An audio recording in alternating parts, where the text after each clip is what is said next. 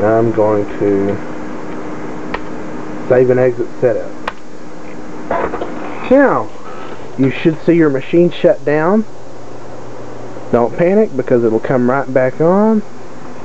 And if all is well and good, you'll be greeted with a boot screen.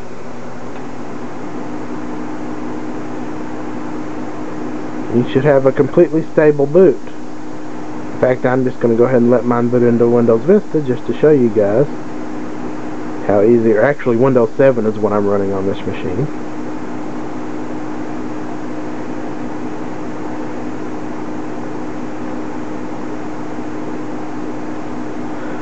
The number of overclocking options in the BIOS are definitely there's definitely quite a few of them, but don't let it intimidate you. There's only a few that you really need to change unless you're doing some super duper hardcore overclocking, you know, with water cooling or liquid nitrogen or, you know, whatever.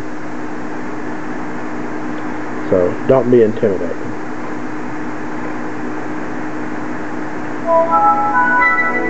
So there I am at my desktop. And as you can see here,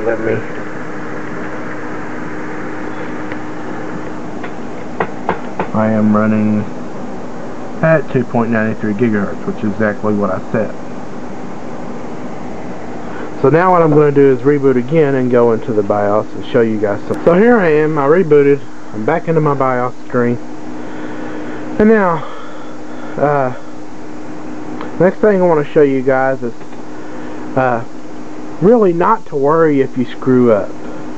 And so I'm going to overclock my machine way past normal, but without raising the voltage so that it'll basically, it won't boot. Anyway, so what I'm going to do is go into my MIT menu. But remember first to hit Control and F1. You'll see the screen flash when you do this. Quick flash. And that unlocks some of the hidden overclocking features. So what I'm going to do is just sit here and overclock. I'm going to put in something really crazy like 500 megahertz. As you can see, that puts my CPU speed at 4 gigahertz. Now I know my CPU is not even capable of that in the first place, but it's definitely not capable of that with no bump in CPU voltage. My CPU voltage is set at normal, which is 1.25 volts, which is the norm for most quad-core 45 nanometer CPUs. So, I'm doing this on purpose again.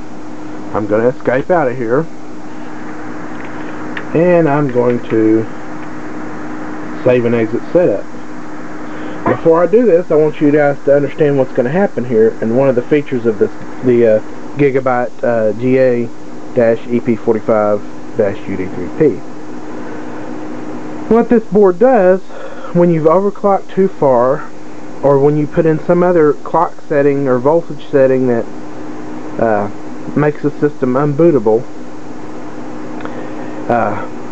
God bless them for doing this, and I don't know how they managed to do it. In my opinion, this should have been implemented on every single motherboard for many years now, and so far Gigabyte's the only one that I've seen that can pull this off and pull this off well. I have, for the record, never had to touch this clear CMOS button on my motherboard. So again, what's going to happen is I'm going to save and exit CMOS, or save and exit setup. It's going to ask me, are you sure you want to save and exit?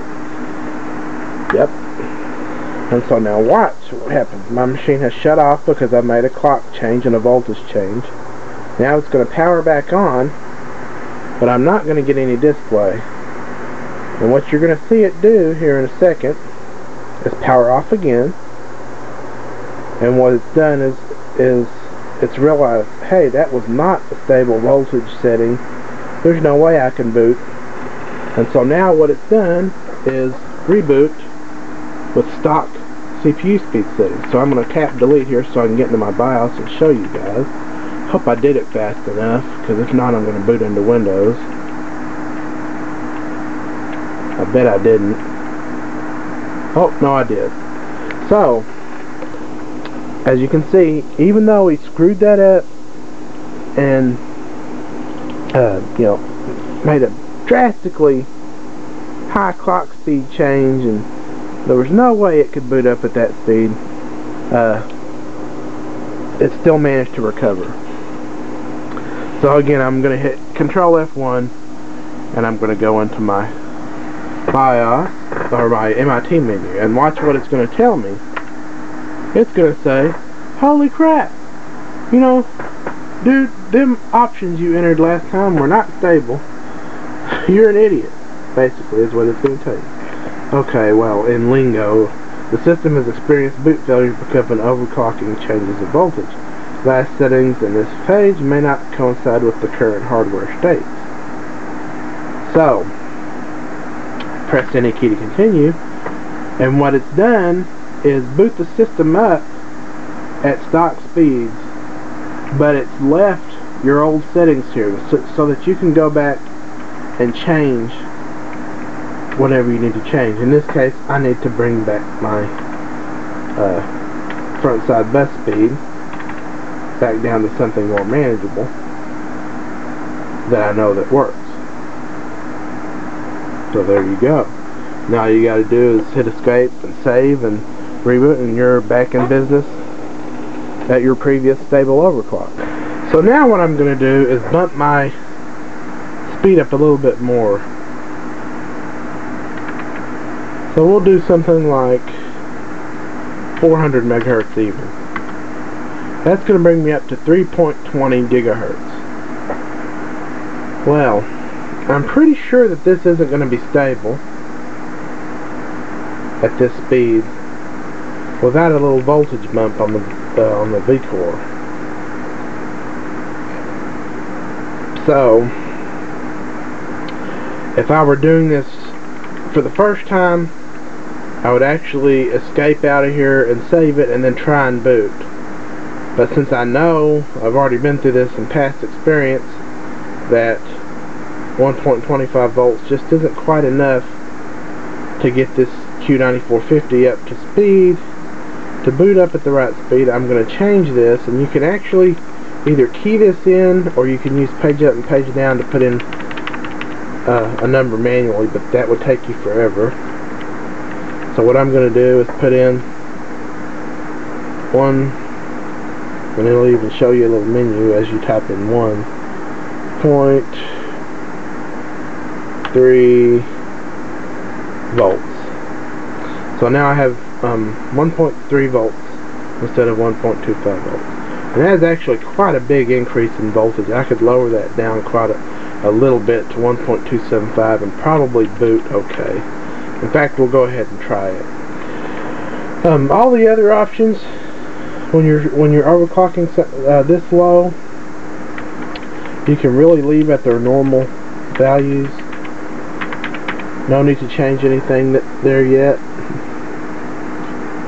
As you do get higher in bus speed, especially if you're using a quad-core CPU, you're going to need to start bumping up the MCH core, and you'll also need to bump up the CPU termination voltage. One word of warning, on 45 nanometer CPUs like the E5300, E7200, E8500, the quad cores, Q9300, Q9400, Q9450, Q9550, and so on, you don't want to exceed 1.4 volts, at least for everyday use. You can maybe go a little bit past it because there's some droop involved there, but you want to stay around that 1.4 volts mark.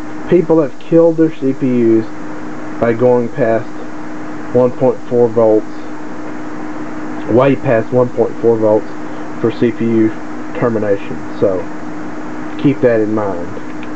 I'm going to change mine back to normal for now.